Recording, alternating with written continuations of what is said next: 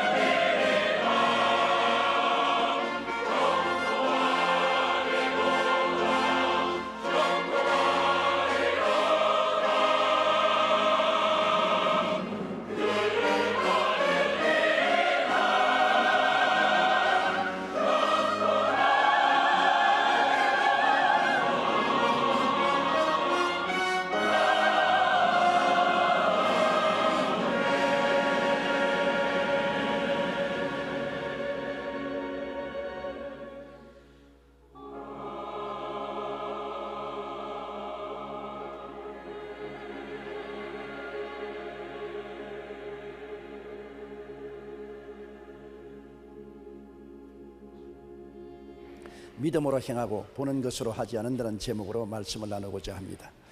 믿음이란 보는 것, 듣는 것, 냄새 맡는 것, 감각으로 느끼는 것을 초월한 제6감의 수가이기 때문에 이해하기가 굉장히 어렵습니다. 그러나 우리가 하나님과 함께 사는 수단은 오직 믿음뿐입니다. 오감각을 통하여 하나님을 알려고 하면 낭패를 당하게 됩니다. 우리는 아브라함을 항상 믿음의 조상이라고 말합니다. 첫째로 아브라함이 왜 믿음의 조상이 되었는가라는 것입니다. 그것은 아브라함이 믿음으로 행하고 보는 것으로 행하지 않았기 때문에 그렇습니다. 아브라함의 생애 속에 대개 믿음으로 행하고 보는 것으로 행해서 시험도 좀 들었지만은 결국 믿음으로 극복한 것입니다. 그는 부르심을 받았을 때 믿음으로 갈 바를 모르고 나갔습니다. 하나님이 다 지도를 펼쳐놓고 이곳에 네가 갈 곳이다 이렇게 하지 않고 그냥 나오라고 하셨습니다. 창세기 12장 1절로 4절에 야훼께서 아브라함에게 이르시되 너는 너희 고향과 친척과 아버지의 집을 떠나 내가 네게 보여줄 땅으로 가라. 내가 너로 큰 민족을 이루고 네게 복을 주어 내 이름을 장대케 하리니 너는 복이 될지라. 너를 축복하는 자에게는 내가 복을 내리고 너를 저주하는 자에게는 내가 저주하리니 땅의 모든 족속이 너로 말미암아 복을 얻을 것이라 하신지라. 이에 아브라함이 야훼의 말씀을 따라 갔고 롯도 그와 함께 갔으며 아브라함이 하란을 떠날 때 75세였더라. 75세의 나이에 하나님이 가라고 하시니 갈 바를 모르고 오직 하나님 말씀을 믿고서 떠난 것입니다. 그래서 가나안 땅까지 들어왔는데 반드시 믿음은 시험을 당합니다. 진짜로 믿느냐 가짜로 믿느냐는 시험을 통해 봐야 알겠습니다. 쇠붙이가 진짜냐 가짜냐는 불에 녹여보아야 진짜 가짜가 드러나는 것과 같은 것입니다. 그러므로 불같은 시험이 반드시 다가와서 믿음을 증명해 보는 것입니다. 아브라함이 하나님을 믿고 가나안 땅에 들어왔는데 가나안 땅에 큰 기근이 다가왔습니다. 모든 나무와 풀들이 다 마르고 우물물이 말라버렸습니다. 짐승들이 다 굶어 죽고 종들도 뿔뿔이 도망치고 따라온 일가 친척들도 다 고향으로 돌아갔습니다. 아브라함은 그 아내 사레와 조카 롯과 가나안 땅에 남아있었는데 굉장한 시련이 다가왔습니다. 보는 것이 다 가뭄에 시들어지고 불타버린 것입니다. 어느 곳을 보아도 희망이 없습니다. 그러나 하나님은 가나안에 가라고 말합니다. 가나안 이상 다른 데 가라는 말씀 안 했습니다.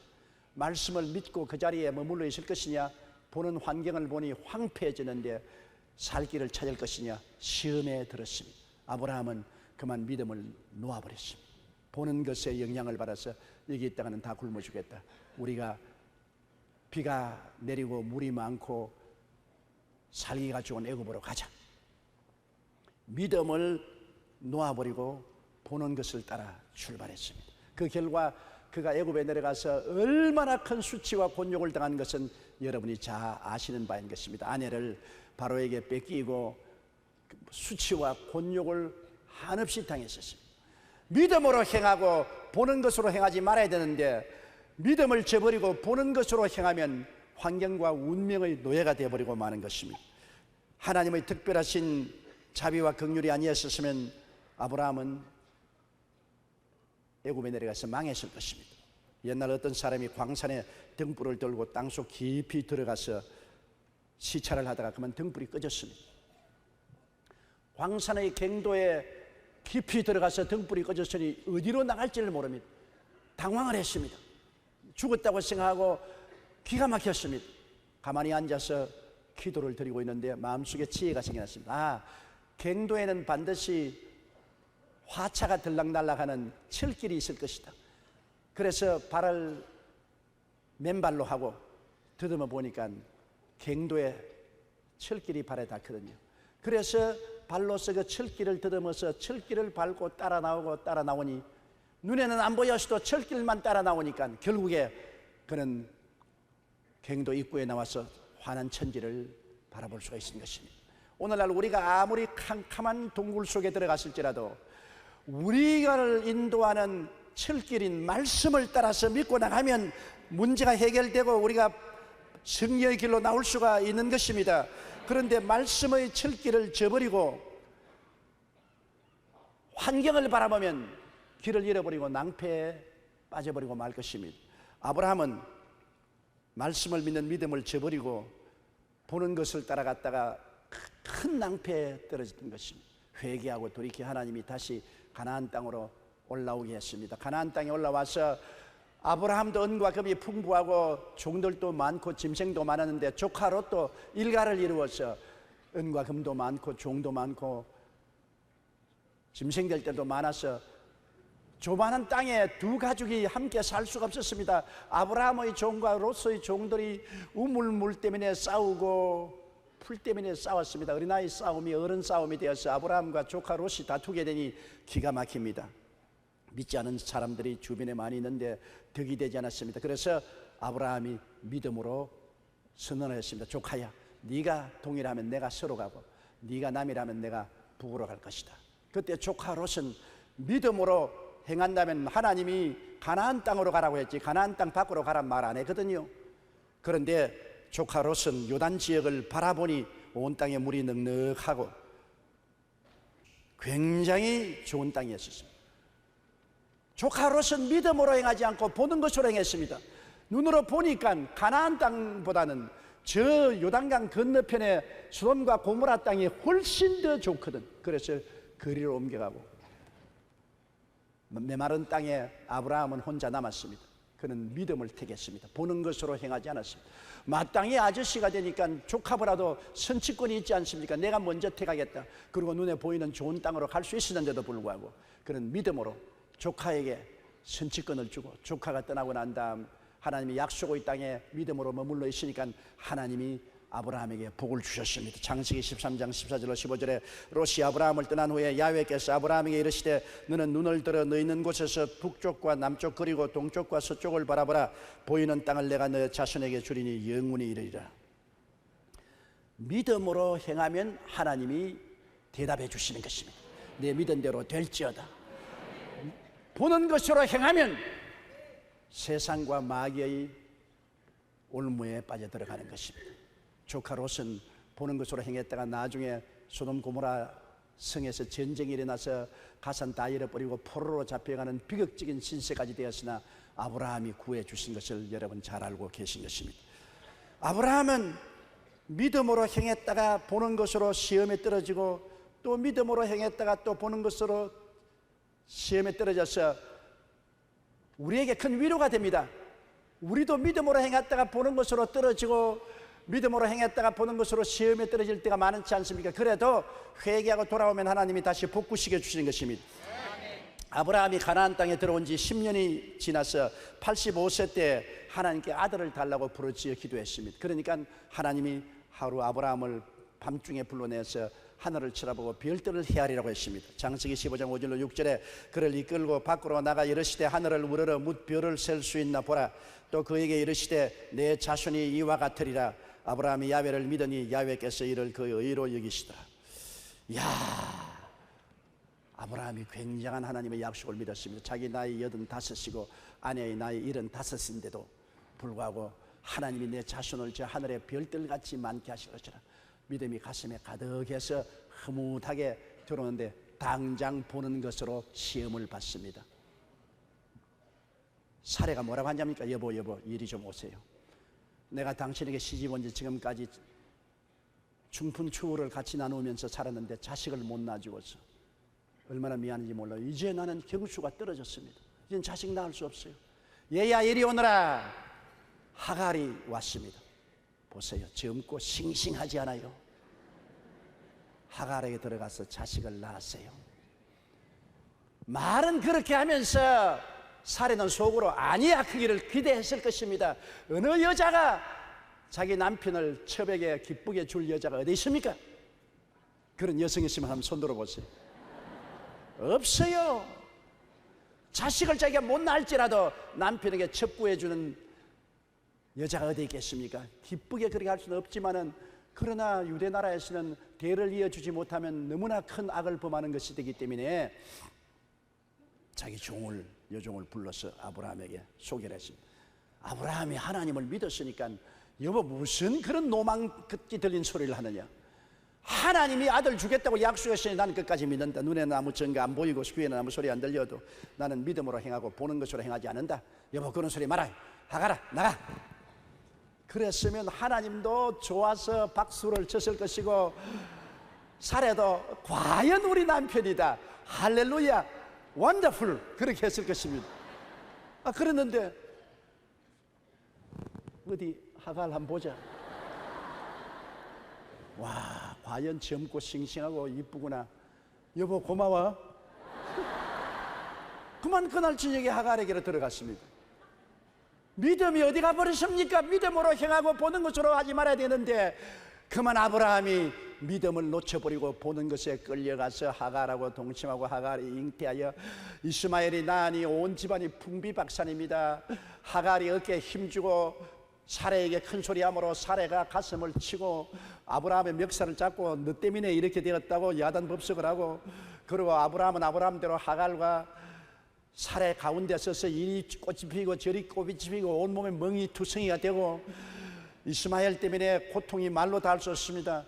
왜 믿음으로 행하지 않고 본으로 행했습니까? 만일 그때 아브라함이 믿음으로 행했으면 오늘날 이스라엘과 저 아랍이 처참한 전쟁을 하지 않았을 것입니다. 오늘날의 전쟁도 본처와 첩의 자식들이 끝까지 물고 찢고 싸우지 않습니까? 아브라함이 믿음으로 행했으면 세계 평화를 가져왔을 건데 아브라함이 보는 것으로 행했기 때문에 얼마나 큰 마귀의 시험과 고통에 떨어지고 말지 않았습니까? 그래서 아브라함은 85세에 보는 것으로 행했다가 시험에 빠져서 99살이 될 때까지 고통을 당했는데 99살에 하나님이 아브라함을 찾아오셨습니다. 아브라함아, 너 이름을 이제는 아브라함이라 하지 말고 아브라함으로 해라. 많은 민족의 조상이 될 것이다. 너희 아내는 이제 사레가 아니고 사라다. 많은 자식의 여주인이 되었다.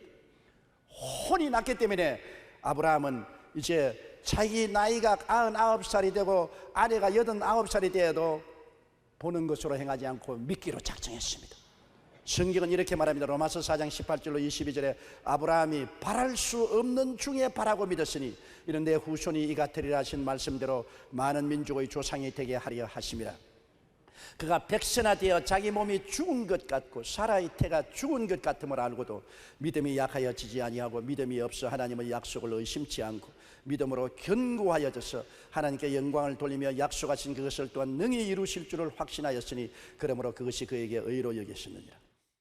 한번 혼이 나고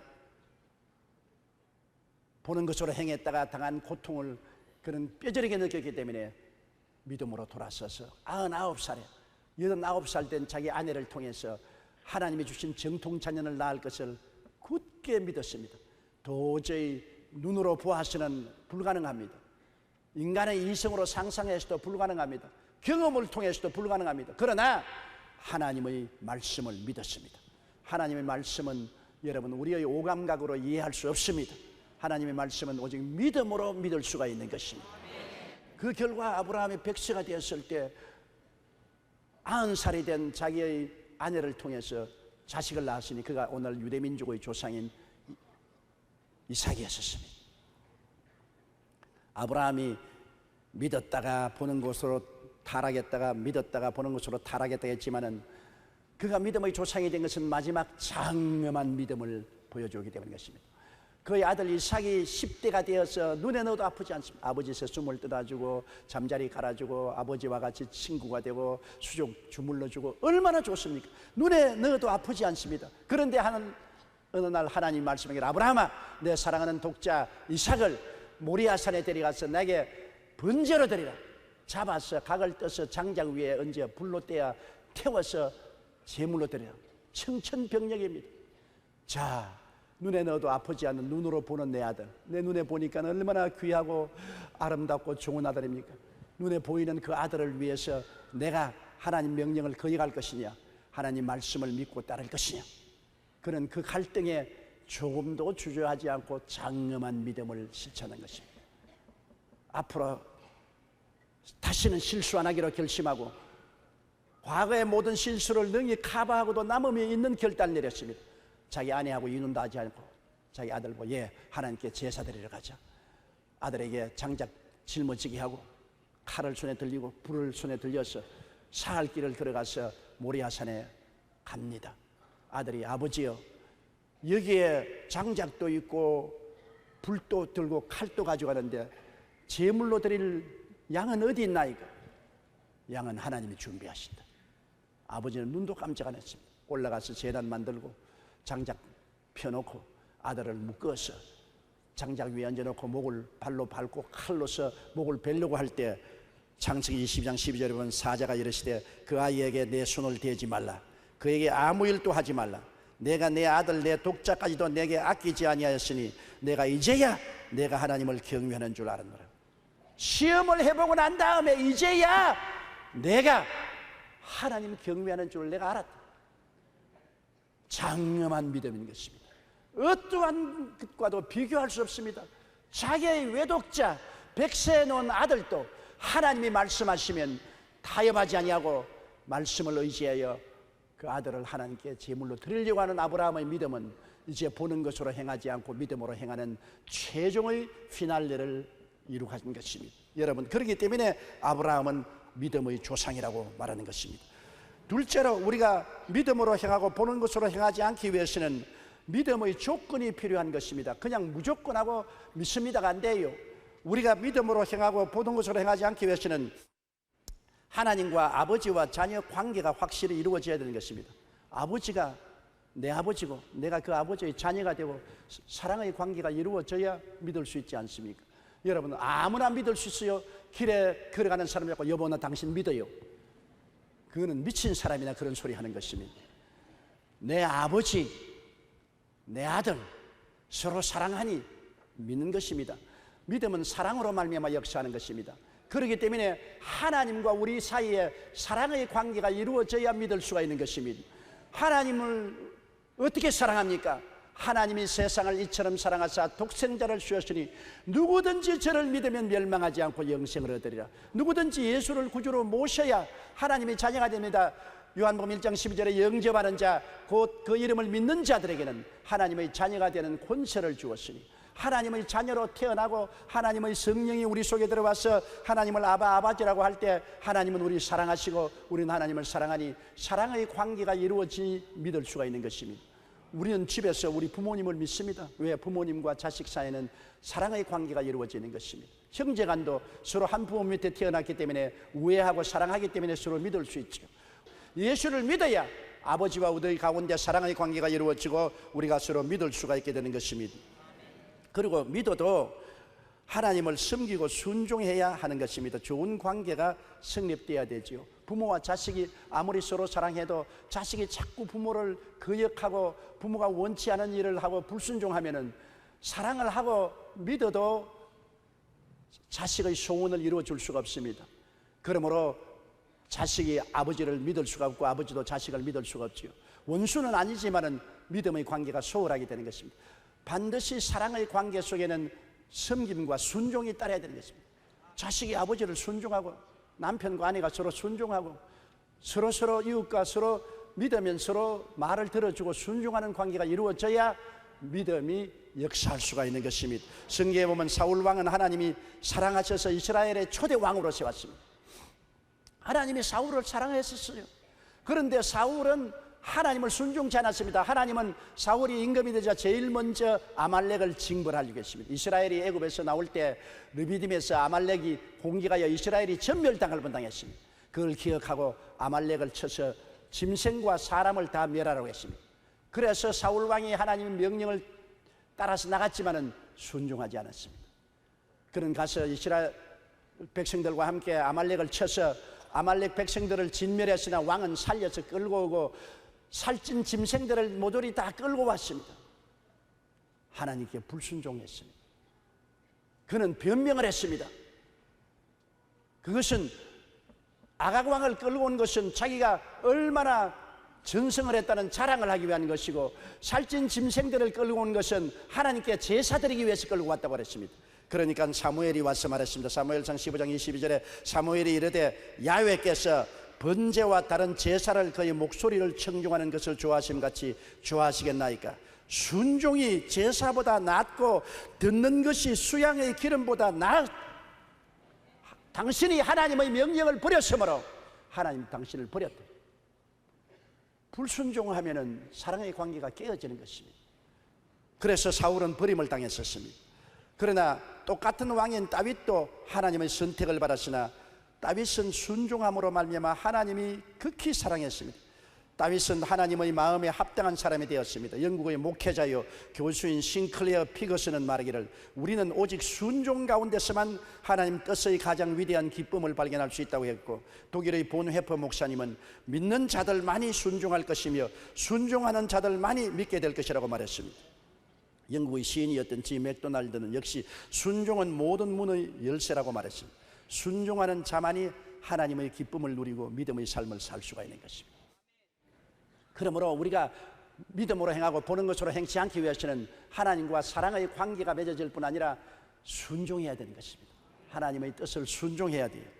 그런데 이 순종에 대한 재미있는 일화가 있습니다. 유명한 성 프란시스의 일화인 것입니다. 성 프란시스가 수도원을 설립하고 세계적으로 이름을 내었을 때 두 젊은이가 수도사가 되기 위해서 성 프란시스에게 찾아왔습니다. 우리도 이 수도원에서 제자가 되게 하여 주십시오. 마침 그때 성 프란시스가 밭에서 채소를 옮기고 있었습니다. 손을 털떡 털면서 두 사람 보고 이 채소를 내 대신 좀 옮겨줘. 한 사람뿐 아니라 두 사람이 함께 와 있으니까 너희 채소를 심 때 뿌리를 전부 하늘로 보고 심어라. 예? 뿌리를 하늘로 보고 잎을 땅으로 채소를 심어라. 내가 저녁에 와서 볼 것이다 하고 손을 털떡 들고 왔습니다. 그중 한 제자가 가만히 이 선생님이 우리를 시험하는가 보다. 세상에 채소 뿌리를 하늘로 두면은 말라 죽을 것 아니야. 그러므로 나는 사리에 합당하게 생각하고 뿌리를 땅으로 심자. 상식적인 것이 아닌가. 그래서 뿌리를 땅으로 한 제자는 심었습니다. 그러나 다른 제자 되기를 원하는 사람은 선생님이 명령하셨기 때문에 우직스러워도 내 생각으로 하지 말고 선생님 뜻대로 하자. 전부 뿌리를 하늘로 보고 심었습니다. 그 한쪽에는 정상적으로 상식적으로 뿌리를 땅으로 다 심어놨고 쫙 심은, 한쪽에는 완전히 뿌리를 하늘로 보도록 거꾸로 심어놨어. 그래서 성 프란시스가 저녁 늦게 찾아와서 두 제자 중에 뿌리를 땅으로 심은 제자를 불러서 너 참 지혜롭고 총명하다.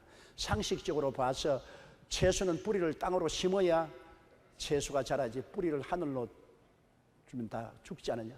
너 꾀가 많고 지혜가 있고 상식적인 사람이니까 내 밑에 있지 말고 따로 가서 살아라.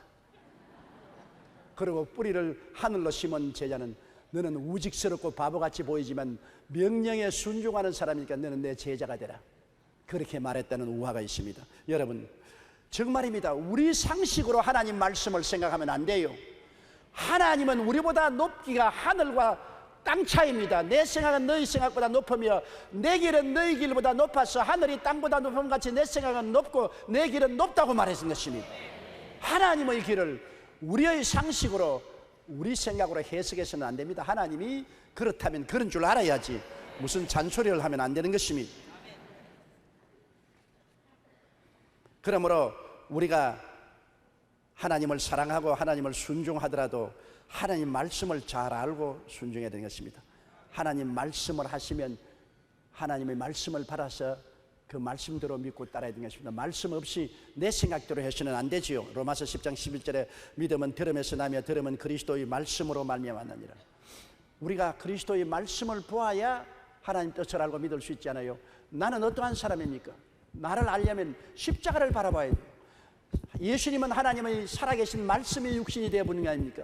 예수님 십자가에서 몸짓고 피 흘려 죽으셔 장사졌다가 사흘 만에 부활했는데 예수님을 통하여 내가 누군 것을 알고 믿을 수가 있는 것입니다.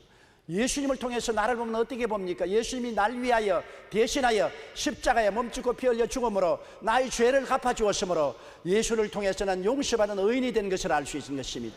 예수를 통해서 나는 세상과 마귀에서 해방되고 거룩하고 성령 충만한 사람이 된 나를 발견할 수 있습니다. 예수를 통해서 나는 치료받고 건강한 사람이 된 것을 압니다. 제가 채찍에 맞으므로 우리가 나음을 입었습니다. 또 예수를 통해서 보면 예수님이 날 대신 저주를 받아 십자가에서 고난당했으므로 저주에서 해방시켜 주시고 아브라함의 복을 주셨으니 예수를 통해서 나를 볼 때 나는 복받은 사람인 줄 압니다. 예수님이 날 대신 죽었다가 부활하셨으므로 그리스도 안에서 나도 부활하고 하나님 보좌 우편에 그리스도와 더불어 앉아있는 나를 바라볼 수 있습니다. 내가 예수님을 통해서 하나님의 말씀을 알므로 말미암아 예수를 만날 때 내가 누군 것을 알아낼 수가 있는 것입니다. 내가 비로소 영혼이 잘됨같이 범사에 잘되며 강건하고 생명을 얻되 넘치게 얻는 사람이 된 것을 알 수가 있는 것입니다. 내가 누굽니까? 자연적인 나는 이 세상에서 낭패와 실망당하고 죄짓고 저주받고 버림받고 희망 없는 사람인 거죠. 예수님의 말씀을 통해서 그리스도를 만남으로 내가 누구인 줄을 알 수 있지 않습니까? 하나님의 말씀을 알아야 내가 누군 줄을 알 수가 있는 것입니다. 오늘날 자기를 모르고 예수 믿는 사람 많아요. 자기 신분이 어떤 사람인지, 자기의 정체성이 무엇인지 모르고 정체불명의 사람이 되어서 믿는다고 왔다 갔다 합니다. 누구든지 그리스도 안에 있으면 새로운 피조물이라 이전 것은 지나갔으니 보라 새 것이 되었도다. 어떤 새 것이 되었느냐? 십자가에서 예수님을 만나보고 내가 새 것이 된 것을 알고 그것으로 살아야만 하는 것입니다. 새로운 신분과 자화상과 직분을 알고 살 수 있습니다. 위대한 부흥사였던 무디 선생은 믿음에 대해서 이렇게 말했습니다. 나는 믿음을 달라고 기도했다. 그리고 믿음이 하늘로부터 뚝뚝 떨어질 것을 기대했다. 그러나 믿음은 오는 것 같지 않았다. 그러던 어느 날 로마서 10장 17절 믿음은 들음에서 나며 들음은 그리스도의 말씀으로 말미암아 나니라는 말씀을 읽는 순간 지금까지 성경은 덮어놓고 믿음을 위해 기도했던 나의 어리석음을 깨달았다. 이제 나는 성경을 공부하는 동안 성경 말씀이 마음속에 들어오자 믿음이 부쩍 자라나는 것을 깨달았다고 말한 것입니다. 말씀을 알아야 믿을 수가 있습니다. 뭘 믿는단 말입니까? 믿을 수가 없어요. 나는 이런 농담을 들어본 적이 있습니다. 아버지와 아들이 목욕하러 갔는데 아버지가 아들 먼저 목욕탕에 들어가더니 시원하다. 너도 들어오너라. 시원하다. 그 아들이 따라 들어갔다가 아이 뜨거워 믿을 놈 한 놈도 없네. 아버지가 그만 놈이 되고 말았었어요. 아버지가 시원하니까 시원한 줄 알았는데 더우니까 뜨겁거든. 그러니까 믿을 놈 한 놈도 없다. 세상 말은 믿을 수가 없어요. 그러나 하나님 말씀은 우리가 믿어야 되는 것입니다. 저 하늘이 무너지고 이 땅이 꺼져도 1.1핵도 변화가 되지 않습니다. 하나님을 사랑하고 순종하면은 하나님의 말씀을 우리가 믿고 나갈 수가 있는 것입니다. 하나님 말씀은 만세반석이 되는 것입니다. 그러고 난 다음 우리가 믿음을 활용하기 위해서는 성령님의 인도를 받아야 되는 것입니다. 요사이 여러분 많은 자동차에 내비게이션 시설을 하지 않습니까? 미국이나 일본은 오래전부터 벌써 내비게이션을 달아놓고 인공위성을 통해서 위치 확장을 해줍니다. 딱딱딱 위치를 누르면 지도가 싹 나오지 않습니까? 차를 운전하면 이런 화살표가 지도에 인도하면서 앞으로 200m를 가서는 오른쪽으로 도세요. 오른쪽으로 도면 이제는 300m를 가서는 왼쪽으로 도세요.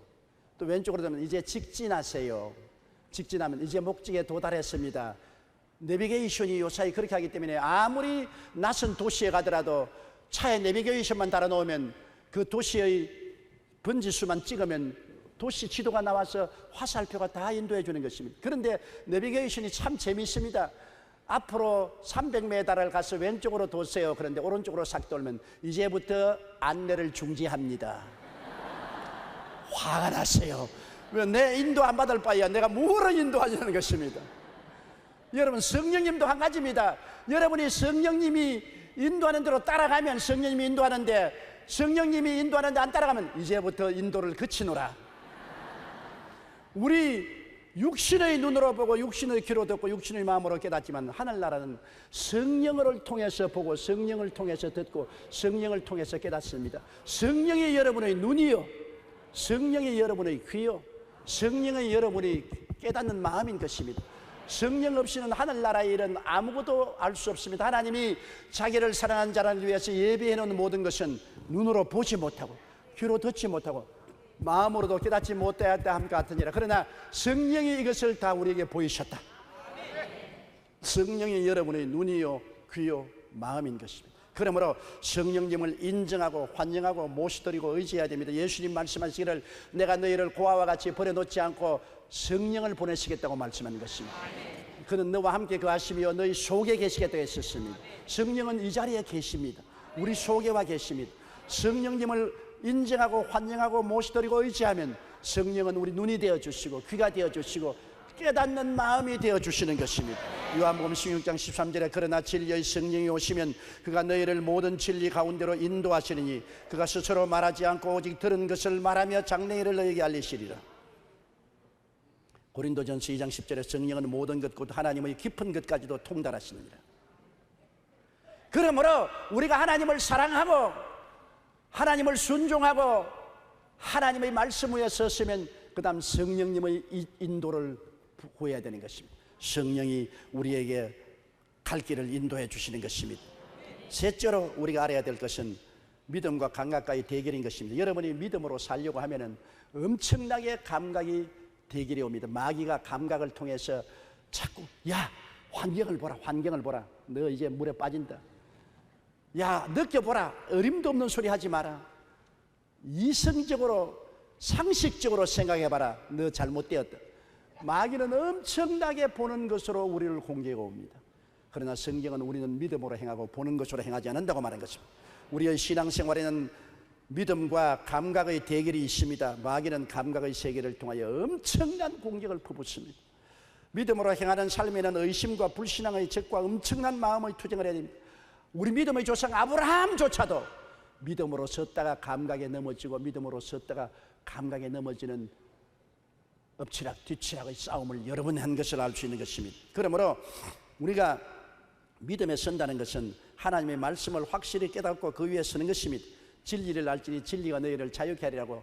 진리는 말씀인데 말씀에 꽉 서서 동남풍이 불고 서북풍이 불고 온갖 힘이 들어와서 나를 흔들어도 말씀에 서서 움직이지 말아야 되는 것입니다.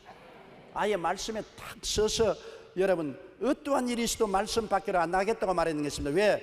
말씀은 바로 하나님이십니다. 요한복음 1장 1절에 태초에 말씀이 계시니라. 이 말씀이 하나님과 함께 계셨으니 이 말씀은 곧 하나님이시니 말씀을 믿는 것은 하나님을 믿는 것입니다. 히브리서 11장 3절에 믿음으로 모든 세계가 하나님의 말씀으로 지어진 줄을 우리가 안다고 했습니다. 우리가 보는 세계가 다 말씀으로 지어졌습니다. 그러므로 여러분 이 말씀의 구석에 서야 돼요. 그리고 이 말씀 속에 있는 하나님의 약속의 말씀을 가슴 속에 깊이 받아들여야 돼요. 말씀을 그냥 눈으로 보고 머릿속에 생각하지 말고 마음속에 끌어안고 받아낸 어머니가 어린 아기를 품듯이 가슴 속에 받아들여야 돼요. 성경에 요한복음 15장 10절에 너희가 내 안에 있고 내 말이 너희 안에 있으면 무엇인지 원하는 대로 구하라 그러면 이루리라고 말씀한 것입니다. 오늘 말씀을 사람들은 깊이 마음속에 받아들이지 않고 머릿속에서 뱅글뱅글 돌리다가 던져버린 것입니다. 말씀을 깊이 마음속에 받아들여서 말씀이 내 속에 들어와서 내가 말씀 안에, 말씀이 내 안에 일치가 되어야 되는 것입니다. 이러기 위해서는 말씀을 우리가 깊이 묵상하고 말씀이 내 속에 들어와서 나와 일심동체가 되도록 해야 되는 것입니다. 저는 매일같이 십자가를 바라보고 주님이 대속해 주신 그 말씀을 마음속에 깊이 받아들입니다. 예수님이 날 위하여 십자가에 몸짓고 피 흘려서 나에게 값없이 선물로 용서와 의로움을 주셨다. 감사합니다. 예수님이 나에게 값없이 거룩함과 성령 충만을 주셨다. 깊이 받아들입니다. 예수님이 채찍에 맞음으로 난 나음을 입었다. 나는 2000년 전에 이미 고침을 받은 사람이다. 나는 건강한 사람이다.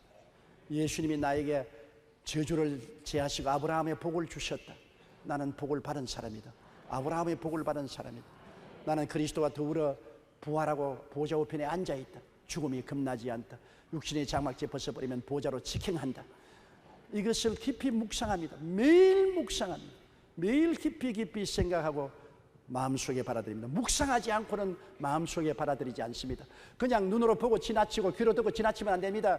말씀을 씹고 싶어서 내 마음속에 깊이 묵상을 통해서 속에 받아들여야 되는 것입니다. 이래서 하나님의 말씀을 가슴속에 깊이 받아들이면 흔들리지 않습니다. 어떠한 일이 있어도 흔들리지 않아요. 말씀에 설 수가 있는 것입니다. 그리고는 마음의 결단을 내립니다. 타협 없이 믿을 것을 의미 결심해야 되는 것입니다. 사람은 결단을 내려야 돼요. 사람이 결단 내리지 못하고 우유부단하면 안 돼요. 나는 연초에 담배 끊겠다. 그러고도 담배값을 포켓에 탁 넣고서 돌아다닙니다. 담배 피울 생각이 나면 손을 내서 오늘 한 대만 피자까지 끝.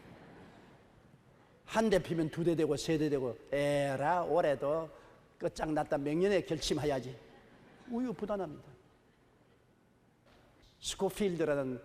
스코필드 성경을 주애를 따른 유명한 신학자가 있습니다. 그는 술 주정뱅이였습니다. 그가 술을 끊겠다고 결심을 하고 하나님께 기도하고 난 다음에 직장에서 퇴근해서 집으로 돌아오면서 술집 앞을 지나갔어요. 술집 앞에 딱 섰어요. 들어가서 한 잔만. 아니야 한 잔만. 에라 오늘 하루만 마시고 내일은 안 마시지. 들어가서 그만 곤드레 만들어가 됐습니다. 그러니까 항상 직장에서 돌아올 때 술집을 앞을 지나오다가는 들어가서 마시고 또 나오고. 그런 하루 결단을 내렸습니다. 이제는 돌아가더라도 술집 앞을 지나가지 말아야 되겠다. 보이는 것으로 유혹을 받으니까 내가 이제는 술집 앞을 지나가지 않겠다고 결심을 하고 직장에 퇴근하고 난 다음 마음의 단호한 결심으로 술집에 없는 곳으로 돌아서 나오므로 술을 피할 수 있고 그는 새 사람이 될 수 있다는 간증을 읽어본 적이 있습니다. 김유신도 한 가지 아닙니까? 삼국을 통일한 김유신이 기생의 무릎에 푹 빠져서 정신을 차리지 못하다가 그 어머님의 어마어마한 교훈을 듣고 난 다음에 하루도 말을 타고 술이 취해서 그드렁그드렁하고다가 말이 항상 가는 기생집 앞에 왔습니다. 기생이 반기면서 말에서 김유신을 모셔내리니까 김유신이 말에서 내리더니만 칼을 뽑아가지고서 그 자리에서 말의 목을 쳤습니다. 피가 튕기고 말의 눈이 부릅떠서 뒹굴었습니다. 기생이 혼비백산했습니다. 그는 한 말이 나는 다시는 너에게 오지 않는다. 그 길로 돌아서서 집으로 돌아간 김유신이 삼국을 통일할 수 있는 맹장이 될 수가 있는 것입니다. 결단을 해야 돼요. 믿음도 나는 살든지 죽든지 흥하든지 망하든지 성하든지 쇠하든지 믿겠다. 믿다가 죽으면 죽으리다. 결단, 아브라함의 결단 보십시오.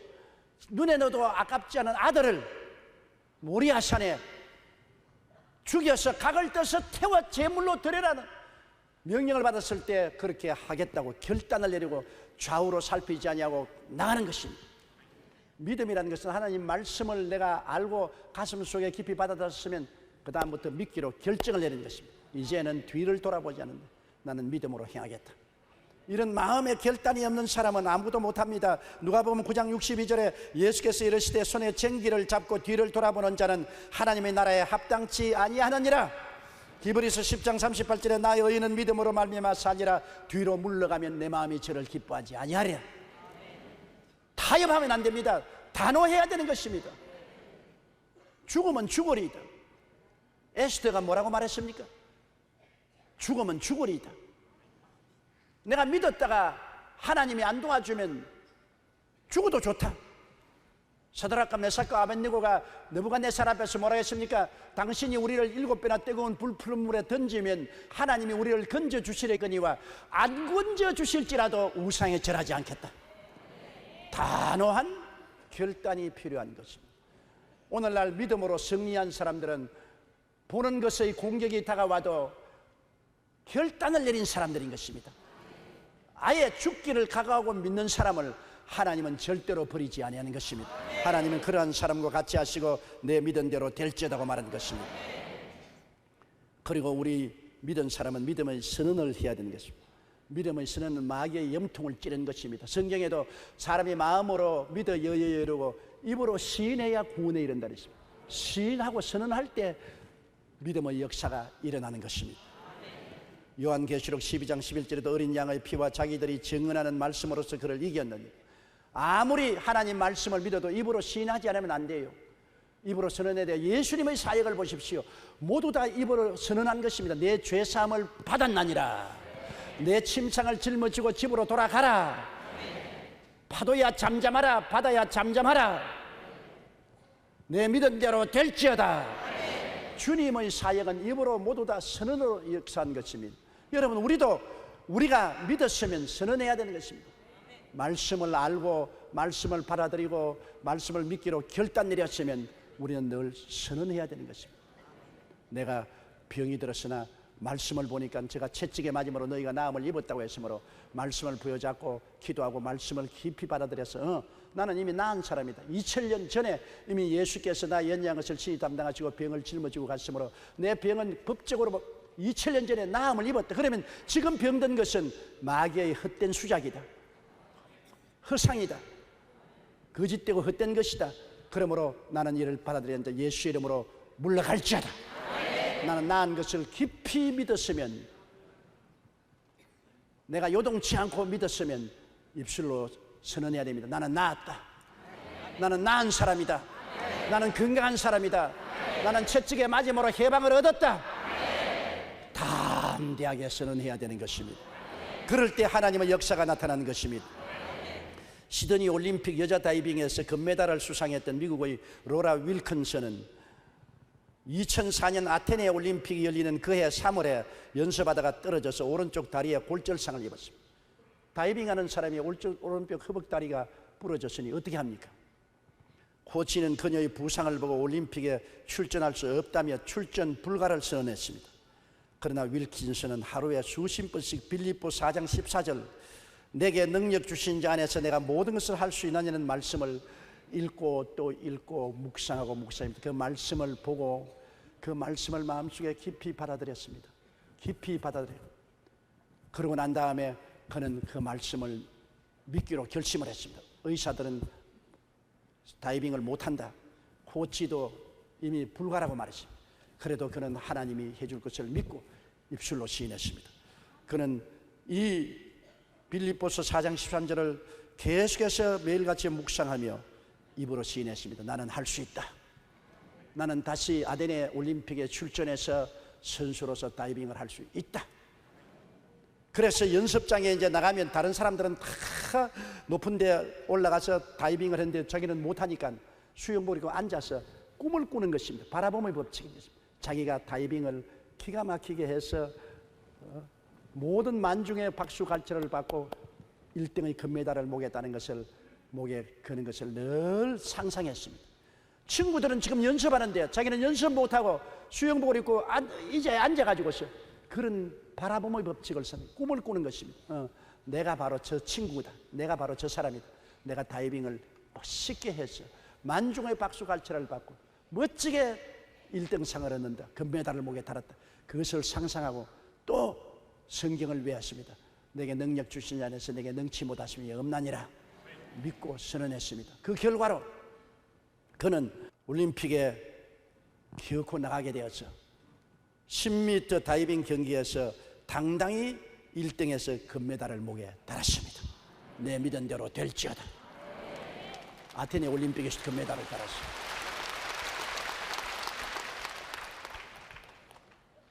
이 미국의 선수가 바로 성경 말씀대로 한 것입니다. 그는 하나님의 말씀을 알고 그걸 깊이 받아들이고 믿기로 결단을 내리고 입으로 시인했습니다. 그리고 바라봄의 법칙으로 늘 꿈을 꾸었습니다.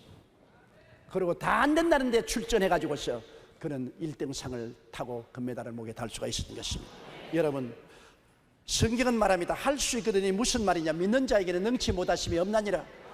믿음은 상식을 초월하고 세상의 법칙을 초월해서 하나님의 기적으로 사는 것이 믿음인 것입니다. 다 할 수 있을 바에 믿을 필요가 없지요. 우리가 못하는 것 하나님이 하시기 때문에 하나님을 믿음으로 하나님의 기적으로 사는 것이 크리스찬인 것입니다. 우리가 믿음으로 행하고 보는 것으로 행하지 않은 것이 크리스찬인 것입니다. 안 믿는 사람은 다 보는 것으로 행하지요. 그러나 믿는 사람이 안 믿는 사람과 무엇가 다릅니까? 그는 하나님의 말씀을 믿음으로 행하는 것입니다. 하나님을 바라보고 하나님을 사랑하고 하나님을 순종하고 하나님을 믿고 그리고 하나님을 의지하고 담대하게 선언하고 보는 것의 시험을 이겨내는 것입니다. 여러분, 이 새해는 보는 것으로 행하지 않고 믿음으로 행해서 여러분의 삶 속에 기사와 이적이 넘쳐나고 하나님의 은총을 받아서 영혼이 잘됨같이 범사에 잘됨에 강건하고 생명을 얻되 넘치게 얻어 선한 일을 넘치도록 해야만 하는 것입니다. 우리 예수 믿는 사람이 착한 일을 넘치게 안 하면 누가 할 수가 있는 것입니까? 가난하고 병들고 헐벗은 사람들에게 나누어 주고 도와주고 붙들어 줄 수 있는 것은 우리가 할 수 있는 일이 아닌 것입니다. 온 천하 만국에 나가서 그리스도 영광을 나타내는 것도 우리가 할 수 있는 것인데 우리가 복을 받지 않고 누구에게 복을 나누어 줄 수 있는 것입니까? 우리가 성공하지 않고 누구에게 성공을 나누어 줄 수 있는 것입니까? 우리가 승리하지 않고 누구에게 승리에 동참하게 만들어 줄 수 있습니까?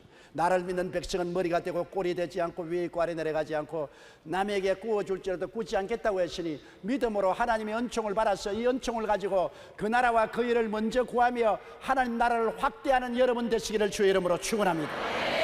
다 같이 고개 숙여 기도드리겠습니다. 사랑이 많으신 우리 아버지 하나님, 우리는 믿음으로 행하고 보는 것으로 행하지 않사옵니다. 우리가 보는 것으로 행하면 낭패와 실망을 당할 때가 너무나 많고 마귀의 올무와 시험에 빠져들어갑니다.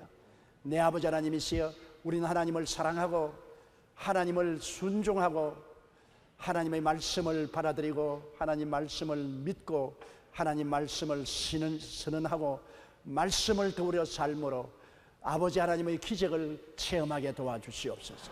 우리 성도 모두가 다 하나님의 기적적인 역사를 통해서 승리하고 성공적인 이 한 해를 살게 하여 주옵소서. 예수님 이름으로 기도드리옵나이다. 아멘. 잠시 동안 고개 숙이기 바랍니다. 여러분 가운데 예수님을 믿지 않는 사람은 이 세상 보는 것으로 따라해 하다가 멸망당하고 말 것인 것입니다. 예수님은 여러분과 나를 위해서 십자가에 몸짓고 피 흘려 죽었다가 부활하신 우리 구주인 것입니다. 현재 눈에 안 보여도 말씀을 통해서 우리가 믿으면 구원받고 하나님의 자녀가 되고 믿음으로 살 수 있고 천국까지 가게 되는 것입니다. 난 아직 예수 믿지 않습니다. 타락했습니다. 나도 예수 믿고 구원받아 믿음으로 살고 천국까지 가기를 원하니 나를 위해서 기도해달라는 사람은 이 대강당, 텔레비실, 지성전, 지교회, 세계 여러 교회와 TV와 방송, 인터넷 앞에서 일어나 주시기 바랍니다. 일어나서 예수님을 구주로 모시는 체험을 얻으시기 바랍니다. 믿음으로 일어나는 것입니다. 여러분, 일어나지 아니하면 믿지 않기 때문에 안 일어나는 것입니다. 행함이 없는 믿음은 죽은 믿음이기 때문에 믿음으로 일어나서 그리스도와 함께 동행하는 삶을 사십시오. 일어나서 여러분이 기도를 따라해 주십시오. 사랑하신 하나님, 저는 죄인입니다. 어디에서 와서 왜 살며 어디로 가는지 알지 못하고 방황하며 지냈습니다. 오늘 하나님의 부르심을 받고 믿음으로 일어났습니다. 예수님의 십자가 보혈로 저를 씻어 주시옵소서. 저를 위하여 죽으시고 저를 위하여 부활하신 예수님을 제 구주로 모셔드립니다. 지금부터 영원토록 주님과 함께 살겠습니다. 하나님은 내 아버지가 되셨습니다. 예수님은 나의 구주가 되셨습니다. 저는 하나님의 자녀가 되었습니다. 저를 구원해 주시니 감사합니다. 예수님의 이름으로 기도드리옵나이다. 아멘. 주님의 이름으로 환영합니다. 축복합니다. 결심 카드를 받아 적으시고 연부하면 해주시고 예배가 필요한 후에 환영 후에 꼭 출석하시기 바랍니다. 아픈 사람은 아픈 데 손 얹으십시오. 여러분의 손은 약손이 아닙니다. 믿음의 손입니다. 하나님 나는 믿는다는 증거인 것입니다. 여러분의 병은 이미 2000년 전에 청산되어 버렸습니다. 지금 병은 거짓되고 헛된 것입니다. 이미 고침받은 것을 낫게 해달라고 기도하는 것입니다. 기도드리겠습니다. 하나님 아버지요, 이미 우리는 2000년 전에 법적으로 나음을 입었습니다. 나음을 입은 것을 이제 낫게 하여 주시옵소서. 법적으로 내 것을 회복하게 도와주시옵소서. 오늘 이 시간에 예수 이름으로 간구하오니 법적으로 이미 나았으니 낫게 하여 주시옵소서. 법적으로 이미 고침을 받았으니 고쳐주시옵소서. 이미 법적으로 받은 축복을 현실적으로 이루어져 주시옵소서. 법적으로 축복받은 우리가 현실적으로 복이 나타나게 역사하여 주시옵소서. 문제가 해결되게 도와주시옵소서. 기적이 일어나게 하여 주시옵소서.